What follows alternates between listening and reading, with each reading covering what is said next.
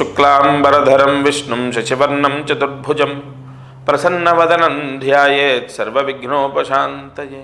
గం గణపతయే నమః, దుం దుర్గాయై నమః, ద్రాం దత్తాత్రేయాయ నమః. మారుతి అనుగ్రహం ప్రారంభ. ఫిబ్రవరి 3వ తారీఖు 2026 మంగళవారం. ఈరోజు మఖా నక్షత్రము మంగళవారం అండి. మాఘమాసంలో కృష్ణపక్షంలో ఉన్నాం మనం. ఈరోజు దీపారాధన, తలస్నానం చేసి ఆవు నేతితో దీపం వెలిగించాలి. మఖా నక్షత్రము అంటే పితృదేవతల యొక్క నక్షత్రము. తలస్నానం చేసి ఆవు నేతితో 3 ఒత్తులు ఒక ఒత్తిగా చేసి దీపాన్ని వెలిగించండి. మీ పిల్లలకు వెంటనే ఉద్యోగాలు రావడము అనేది జరుగుతుంది. సూర్యాస్తమయంలోపు ఈ దీపారాధన చేయడం ద్వారా నక్షత్ర యోగం సంభవించి వాళ్ళకు అంటే మీ పిల్లలకు వెంటనే ఉద్యోగాలు వస్తాయి. ఇక అదృష్టం ఐశ్వర్యం. మహాశివరాత్రి ఫిబ్రవరి 15, 2026 ఫిబ్రవరి 15వ తారీఖు మహాశివరాత్రి మనకు ఈ సంవత్సరం వచ్చింది. ఆదివారం ఉత్తరాషాఢ నక్షత్ర సహిత శ్రవణ నక్షత్రం, రవిచంద్రుల యొక్క నక్షత్రము. అందులో ఆదివారము. అలాగే మహాశివరాత్రి మనం తెల్లవారులు ఉంటాం కాబట్టి సోమవారం కలయిక, అంటే సోమవారం ప్రారంభం. అటు సోమవారము చంద్రుడు, ఆదివారం రవి, మళ్ళీ ఉత్తరాషాఢ నక్షత్రం రవి, అలాగే శ్రవణ నక్షత్రం చంద్రుడు. ఈ కాంబినేషను అందులో ఫిబ్రవరి 15వ తారీఖు సకల దారిద్ర్యాన్ని తీసే విధంగా విశేష ముహూర్త యోగంతో వచ్చింది. మామూలుగా మహాశివరాత్రి అంటే అది ఎంతో పర్వదినం. తలస్నానం చేస్తాం, ఉపవాసం ఉంటాం, జాగారం ఉంటాం. సాధ్యమైనంత వరకు ఏమీ తినకుండా ఉండేవాళ్ళు ఉంటారు, పాలు తాగి పళ్ళు తినేవాళ్ళు ఉంటారు, టిఫిన్తో ఉండేవాళ్ళు ఉంటారు. చాలా వరకు అసలు భోజనం చేయరు శివరాత్రి రోజు. అయితే ఈ మహాశివరాత్రి రోజు మానవాళికి మామూలుగా మనం శివాలయం వెళ్తాం, అభిషేకం చేసుకుంటాం, లేదా శివాష్టోత్రం చదువుకుంటాం, జాగరణ, కళ్యాణం ఇత్యాది క్రతువులను ఆచరిస్తాం. అయితే అసలు మానవాళి కర్మదోషంతో పుడతారు. మీరు కానీ నేను కానీ ఎవరైనా సరే మనం ఒక జన్మని పొందామంటే అది కర్మదోషం వల్ల. కొంత మన కర్మ దోషం ఉంది, ఆ దోషాన్ని నివృత్తి చేసుకోవాలి. దానికి అనుసంధానంగా కష్టాలు, బాధలు, ఇబ్బందులు, ఉద్యోగం లేకపోవడం, ఆర్థిక ఇబ్బంది, లేదా సంతానం లేకపోవడం, లేదా వివాహం అవ్వకపోవడం, ఈ దోషాలన్నీ కూడా మనం అనుభవిస్తూ ఉంటాం. అయితే ఒక అద్భుతమైన ప్రాయశ్చిత్తం నేను ప్రతి శివరాత్రి చాలామందికి ఎంతో సులువైన, అంటే లక్షలాది రూపాయలు, వేలాది రూపాయలు ఖర్చు అవ్వక, కనీసం వేలాది రూపాయలు కూడా ఖర్చు అవ్వకుండా, అసలు 1000 రూపాయలు, కనీసం 1000 రూపాయలు కూడా ఖర్చు అవ్వకుండా ప్రతి శివరాత్రి పరిహారం తీసుకొస్తున్నాను. నాగశాస్త్ర అనుసానందంగా ముహూర్త యోగ సంకల్పిత ఎన్నో అద్భుతమైనటువంటి గ్రంథాల్లో ఉన్నటువంటి పరిహారాలు ఎన్నో ప్రతిరోజు కూడా నేను నా ఛానల్ ద్వారా తెలియజెప్తున్నాను. అలాగే మహాశివరాత్రి గురించి ప్రత్యేకంగా పరిహారాలు ఇస్తున్నాను ప్రతి సంవత్సరం. ఈసారి నేను ఒక 3 పరిహారాలు మీకు పంపిస్తాను. ఒకటి 300 రూపాయలు. అది కూడా ఎందుకంటే, అంటే నేను ఎందుకు ఇవన్నీ మీకు వివరిస్తున్నానంటే, ఒక సేవా సమితి అనే ట్రస్ట్ ద్వారా ఎన్నో సంవత్సరాలుగా నేను ఎంతో సేవ చేస్తున్నాను. ఇది ఖచ్చితంగా ఈ ఆధునిక కాలంలో, ఈ కాంపిటీషన్ వరల్డ్లో నేను చెప్పుకొని తీరాలి. ఎందుకంటే నాకేమి ప్రయోజనం, నాకేం అవసరం, ఏదో ఒక అవసరం లేనిది, ఏదో ఒక లాభం లేనిది ఎందుకు చేస్తారు? ఇలా మానవాళి యొక్క ఆలోచన విధానం ఉంటుంది. అక్షరాల 100 రూపాయలు నేను సంపాదించుకుంటే 10 రూపాయలు సేవకు వినియోగిస్తాను. అలాగే 100 మందికి నేను జాతకాలు చెప్పి ఎంతో కొంత డబ్బు తీసుకుంటే ఇటువంటివి కొన్ని పరిహారాలు ఉచితంగా ఇచ్చినట్టే 300 రూపాయలకు హోమాలు చేసి, రుద్రాభిషేకం చేసి, మహాలింగ పూజ, మహా ఈశ్వరారాధన, మహాలింగ పూజ చేసి పరిహారం పంపిస్తున్నానంటే అది ఖచ్చితంగా ఉచితంగా చేసినట్టే. అలా మహాశివరాత్రికి ఒక 300 రూపాయలు అలా 3 తీసుకోవాలంటే 900 మొత్తం. అంటే 1000 రూపాయలు కూడా మీకు పడట్లేదు. ఈ 900 రూపాయలకు ఏం పరిహారం, అసలు ఏంటి ఫలితం? ఫస్ట్ నేను డబ్బులు ఎందుకు చెప్పేశానంటే మీకు ఎంత అవుతుందో నేను పెట్టగలనో లేదో ఈ బాధ ఉంటుంది, ఆలోచన ఉంటుంది. ప్రస్తుతము ఎంతో ఇబ్బందుల్లో ఉన్నాం మనం, అందులో ఇది కూడా ఒక ఇబ్బంది అవ్వకూడదు. అందుకే ఫస్ట్ ఆ క్లారిటీ ఇచ్చాను. ఇక వినండి, ఇప్పుడు 3 పరిహారాలు పంపిస్తాను. శ్రీఫలము అని ఉంటుంది, మీకు అది అందరికీ కూడా తెలిసిందే. మీకు ఇక్కడ ఇమేజ్ కూడా డిస్ప్లే అవుతుంది చూడండి. ఈ శ్రీఫలం ఏకనారి అంటారు, శ్రీఫలం అంటారు, లక్ష్మీ ప్రీత్యర్థం అంటారు. మహాశివరాత్రి రోజు నేను 3 శ్రీఫలాలు అంటే ప్రతి ఒక్కరికి 3 పంపిస్తాను. ఎందుకంటే త్రిశక్తి యోగం అనేది దానికి నిక్షిప్తం చేసి మీకు పోస్టు ద్వారా పంపిస్తాను. ఒకటి, మీరు ఇంట్లో రాగి చెంబులో పెట్టి దాంట్లో నేను ఒక మంత్రం చెప్తాను. ఆ మంత్రాన్ని ఆ చెంబు నిండే అంతవరకు ఒక్కొక్క చెంచా నీళ్లు వేస్తూ ఉండాలి. శివుడికి అభిషేకం చేసినట్టుగా ఆ చెంబులో నేను మంత్రించి మీకు ఇచ్చినటువంటిది ఆ చెంబులో పెట్టి ఒక నీళ్లు ఇంకొక చెంబులో నీళ్లు తీసుకొని ఉద్ధరిణితో అంటే చెంచాతో ఆ మంత్రం ఆ చెంబు నిండేంతవరకు చదువుతూ వేయాలి. ఆ మంత్రం మీకు నేను చెప్తాను. రెండవది, బీరువాలో పెట్టాలి. ఎందుకంటే ఇవాళ చాలామందికి అప్పుల సమస్యలు ఉన్నాయి, ఆర్థిక ఇబ్బందులు ఉన్నాయి. అప్పుల సమస్యలు, ఆర్థిక సమస్యలు పోవడానికి ఉద్యోగ యోగం, ధనయోగానికి బీరువాలో పెట్టాలి.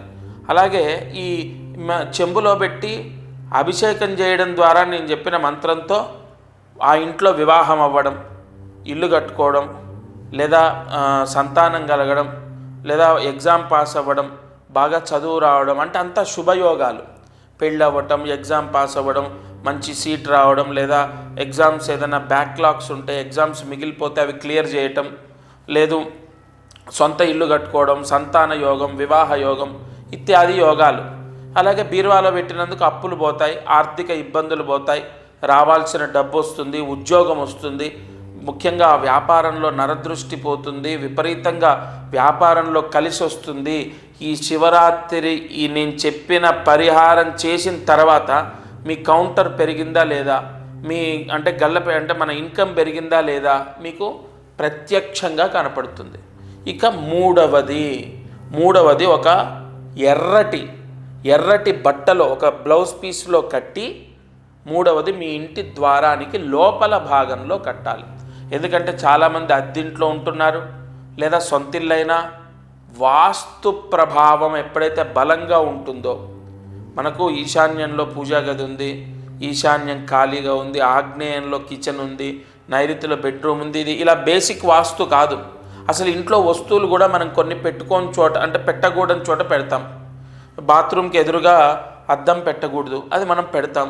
మన వెసులుబాటు, మనకు ఈ కన్వీనియంట్ని బట్టి పెడతాం. సోఫాలు ఎక్కడ ఉండాలి, ఇప్పుడు ప్రతి ఇంటికి వచ్చి నేను వాస్తు చూడలేను కదా. అందుకోసం మీకు అది ఇంటికి కట్టడం ద్వారా ఇంట్లో వాస్తు దోషాన్ని మొత్తం కూడా తీసేసి ఒక పాజిటివ్ ఎనర్జీ, ఇంట్లో గొడవలు రాకుండా, భార్యాభర్తలకు గొడవలు, పిల్లలకు గొడవలు, మనస్పర్ధలు, పిల్లలు ఎదురు మాట్లాడటం, పిల్లలు చెడిపోవడం, చెడు అలవాట్లు, ఇంట్లో ఎప్పుడు మనశ్శాంతి లేకపోవడం, ఇంట్లో డబ్బు నిలబడకపోవడం, ఇవన్నీ ఎందుకు అనుకున్నారు? మన జాతక దోషం ఒక్కటే కారణం కాదు. అసలు మనం తప్పితం లేకున్నా మీరు చూడండి, ఒక కుటుంబంలో ఏ చెడు అలవాట్లు లేవు, ఒక వ్యక్తికి కష్టపడుతూనే ఉన్నాడు, కానీ పిల్లల్ని చదివించలేకపోతున్నాడు, చాలా ఇబ్బందులు ఎదుర్కొంటున్నాడు, అనేక సమస్యలు ఎదుర్కొంటున్నాడు. మరి అతను ఎవరిని మోసం చేయట్లేదు, కష్టపడుతున్నాడు. మరి మంచి వ్యక్తులకు ఎందుకు సమస్యలు వస్తాయి? ఇక్కడ కొన్ని నెగిటివ్ ఎనర్జీలు ఉంటాయి. చాలామంది ఏడుపు ఉంటుంది, పిల్లలు బాగున్నారు, చాలా చూడ్డానికి బాగున్నారని ఇలా కొంతమంది ఏడుస్తారు, కొంతమంది దిష్టి పెడతారు, కొంతమంది ఏవో చేయిస్తుంటారు. కాబట్టి నేను అనేది ఏంటంటే, ఖచ్చితంగా ఎట్టి పరిస్థితుల్లో ఇంట్లో నేను ఇచ్చేది మూడవది ఏదైతే మీరు కడతారో, ఎందుకంటే దానికి నరదృష్టి గణపతి మహామంత్ర పూజ చేసి ఇస్తాం. అది మీరు కడతారు కాబట్టి నరదృష్టి పోతుంది, వాస్తు దోషం పోతుంది, ఇంట్లో ఉన్న నెగిటివ్ పీడలన్నీ పోతాయి, అన్ని దోషాలు పోతాయి. ఇలా 3 మీ గోత్రనామాలు తీసుకొని అన్ని హోమాలు చేసి అభిషేకం చేసి అలాగే దానికి మహాలింగ పూజ చేసి మీకు పోస్టు ద్వారా పంపిస్తాను. 900 రూపాయలు మీరు కడతారు. ఎప్పుడైతే ఈ మహాశివరాత్రి రోజు నేను చెప్పింది మీరు చేసుకుంటారో, పెద్దగా చేసేదేం లేదు. ఒకటేమో ఇంట్లో బీరువాలో పెట్టాలి, రెండవదేమో ఇంటి ద్వారానికి లోపల కట్టాలి, ఒక ఎర్రటి బ్లౌజ్ పీస్ తీసుకొని కట్టాలి. ఇక మూడవది రాగి చెంబులో పెట్టి నేను చెప్పిన మంత్రంతో దానికి పూజ చేయాలి. ఇక్కడ విశేషమైనటువంటి యోగం ఏర్పడి అది సొంతిల్లైనా అద్దిల్లైనా ఆ ఇంట్లో ఉన్న వాళ్ళందరికీ కష్టాలను తీసేస్తుంది. అయితే ఏ మంత్రంతో మనం పూజ చేయాలి? ఆ మంత్రాన్ని జాగ్రత్తగా వినండి. ఓం శ్రీం చండీం నమః శివాయ నమః. ఓం శ్రీం చండీం నమః శివాయ నమః. ఓం శ్రీం చండీం నమః శివాయ నమః. ఈ మంత్రాన్ని మీరు ఆ చెంబులో, నేను ఇచ్చినటువంటి పరిహారం చెంబులో పెట్టి అది నిండేంత వరకు నీళ్లు వేస్తూనే ఉండాలి. మీరు ఎంత పెద్ద అభిషేకం చేసిన ఫలితం వస్తుందో తెలుసా? కలియుగంలో చండీనామ సహిత మహాశివనామాన్ని పట్టుకొని ఆ లక్ష్మీ యోగానికి, అంటే ఆ పరిహారం మీరు ఏదైతే చేస్తున్నారో విశేషమైన ఫలితం చేసిన వాళ్లకు, వాళ్ళ కుటుంబానికి వస్తుంది. మరి అభిషేకం చేసిన తర్వాత ఆ నీళ్ళు ఏం చేయాలి? ఆ పరిహారం ఏం చేయాలి? ఇక్కడ ఆ నీళ్ళు ఏవైతే ఉంటాయో మీరు పూజ చేసి పరమ భక్తితో నేను ఇచ్చిన మంత్రంతో మీరు చెంబులో వేశారు కదా, ఆ మంత్ర జలాన్ని శివలింగం పైన పోయాలి. మీకు దగ్గరలో ఉన్న శివాలయంలో శివలింగం పైన పోయండి, లేదా మీ ఇంట్లో శివలింగం ఉంటే ఆ శివలింగం పైన పోయండి. ఆ పరిహారం, మూడో పరిహారం ఏం చేయాలండి? అది మీ ఇంట్లో పూజా గదిలో శుభ్రంగా తుడిచి దానికి కుంకుమ పసుపు పెట్టి పూజా గదిలో పెట్టుకోండి. ఈ పరిహారం వల్ల సమస్త ఐశ్వర్య యోగం ఈ శివరాత్రికి మీరు ఖచ్చితంగా ఫోన్ చేసి, ఇక్కడ స్క్రీన్ పైన కనపడుతున్న నెంబర్కి కాల్ చేసి మీ గోత్రనామాలు ఇచ్చి మీ అడ్రస్ ఇవ్వండి. నేనే స్వయంగా దగ్గరుండి మీకు పంపిస్తాను. ఆ పరమశివుడి అనుగ్రహంతో, మహాలక్ష్మి అనుగ్రహంతో సర్వ శుభాలు కలుగుతాయి. ముఖ్యంగా శివరాత్రి తర్వాత మనం బాగుంటాం. నేను ప్రతి సంవత్సరం శివరాత్రికి ఇచ్చింది చాలామందికి పనిచేసింది. ఈరోజు మంత్రాన్ని జాగ్రత్తగా రాసుకోండి. ఓం శ్రీం శారదాంబాయై నమః. ఓం శ్రీం శారదాంబాయై నమః. ఓం శ్రీం శారదాంబాయై నమః. ఈ మంత్రాన్ని 9 సార్లు రాసి 108 మార్లు జపించండి.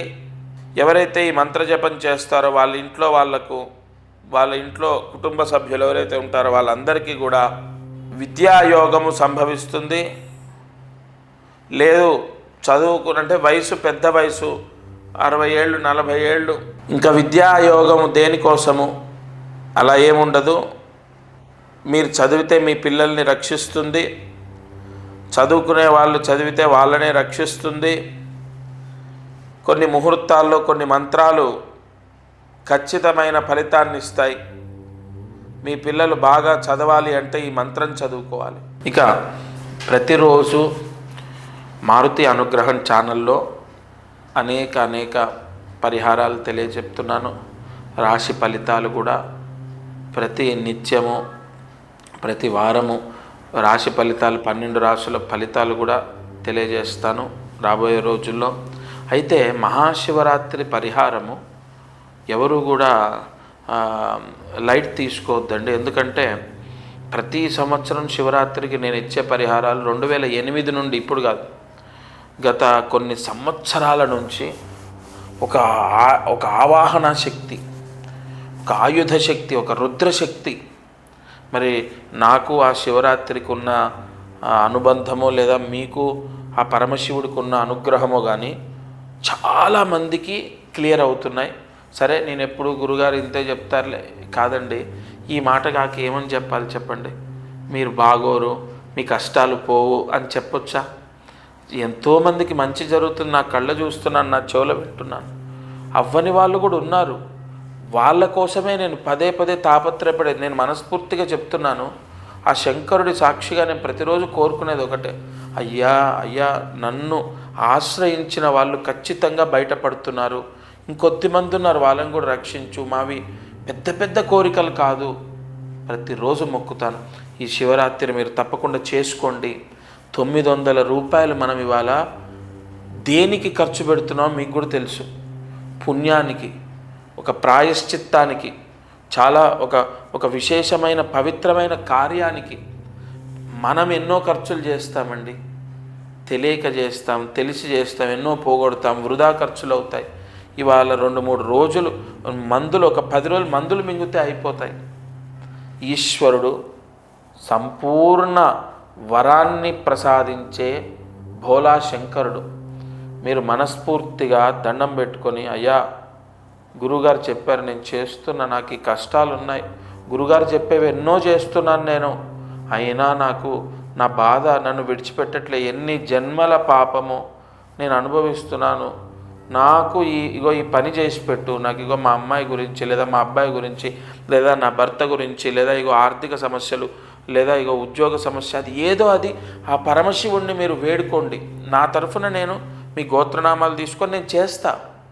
ఖచ్చితంగా నేను మాత్రం అస్సలు వదిలిపెట్టను. దగ్గరుండి కూర్చొని అన్ని కెమెరాలు పెట్టి ఎంతో తీక్షణంగా ప్రతీదీ రాసిచ్చి మరీ చేయిస్తున్నాను. ఎందుకంటే ₹1 కూడా నాకు పాపం ఉండొద్దు, నా వాళ్లకు మంచి జరగాలి. తప్పకుండా మీరు చేసుకోండి. ప్రతిరోజు ఇందులో నేను చెప్పే పరిహారాలు మిమ్మల్ని రక్షించాలని మనస్ఫూర్తిగా కోరుతున్నాను. పోస్టు ద్వారా పంపిస్తాను. శివరాత్రి రోజు ఏం చేయాలో మీకు చెప్తాం. శివరాత్రికి ముందుగానే అన్ని హడావిళ్ళు లేకుండా ముందుగానే తీసుకొని దగ్గర పెట్టుకోండి. అది ఏం చేయాలో చెప్తాను. శివరాత్రికి ముందు 4-5 రోజుల నుంచే మీకు ఏం చేయాలో మీకు చెప్పడం జరుగుతుంది. ఫోన్ చేస్తే మా వాళ్ళు చెప్తారు, మీకు ఎక్కడ ఇబ్బంది ఉండదు. మహాశివరాత్రి రోజు మాత్రం అది ఆ పర్వదినాన్ని ఎంత ఇచ్చి కొనగలుగుతామండి? అది మిస్ అయితే మళ్ళీ మనకు వస్తుందా? మీరు చెప్పండి. మీరు ఒకసారి ఆలోచించండి, ఎంత ఇస్తే శివరాత్రిని నెక్స్ట్ డేనో ముందుకు రోజుకో మనం జరపగలుగుతామా? మన కష్టం పోవడానికి ఆ శంకరుడు మనల్ని అనుగ్రహించాలి. ప్రతి శివరాత్రి నేను వెతికి ఎన్నో పరిహారాలు పంపిస్తున్నాను. అవన్నీ సక్సెస్ అయ్యాయి, ఇది కూడా అవుతుంది. సర్వే జనా సుఖినో భవంతు. శ్రీ గురు దత్తార్పణమస్తు.